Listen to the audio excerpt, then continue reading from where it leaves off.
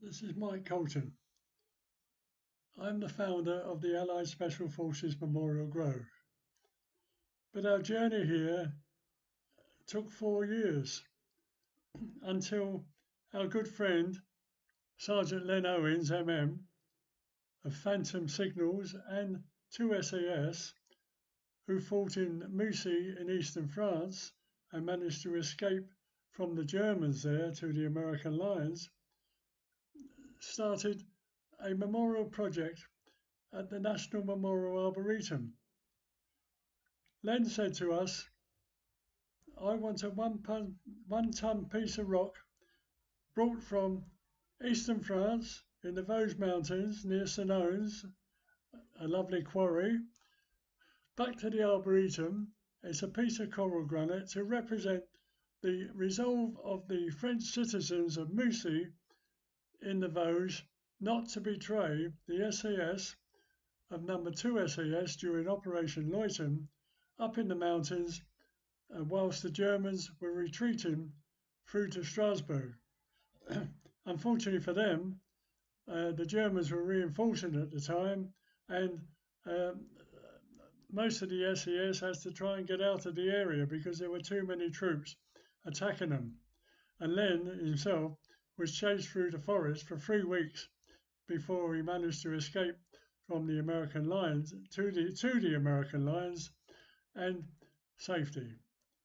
And to this end, he decided to establish a Phantom Memorial Garden at the National Memorial Arboretum, which he completed in 2003. We helped him by bringing back this 1 ton piece of rock from a quarry near St Owens and to establish the memorial, and it is still there today. And you can quite see this memorial because it is on the main causeway to the Armed Forces Memorial, and it's just past the Bear's Bottom, and you can see it there, and has a massive cross of Lorraine in the top of the coral granite. The whole memorial is shaped like a P, and that P stands for Phantom Signals, of which Len Owens was part of.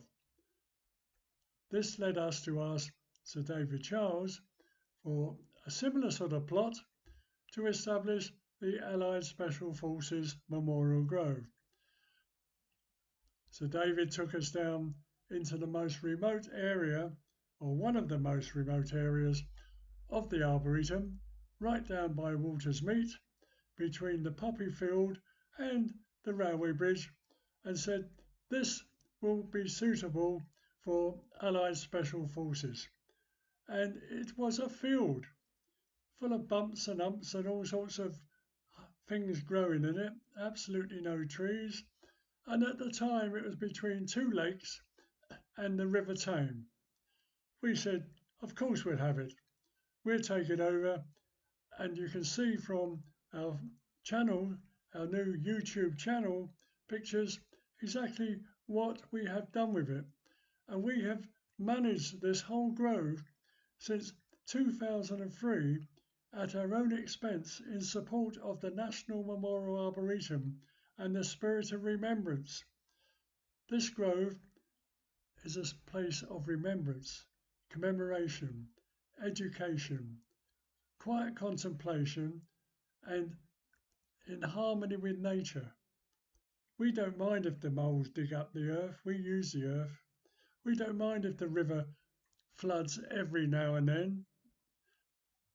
It brings nutrients to the ground, and if you have a look at our pictures, you will see how good the whole of the grounds are.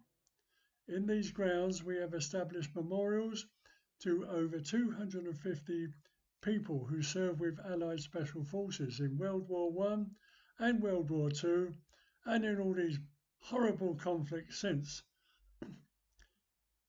We will look forward to more works of art in the Grove. The first one was the sunroom, where you can rest from inclement weather.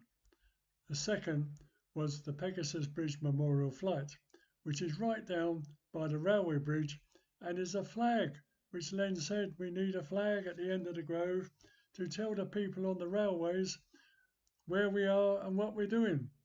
Well, we have one. and it is 3 gliders set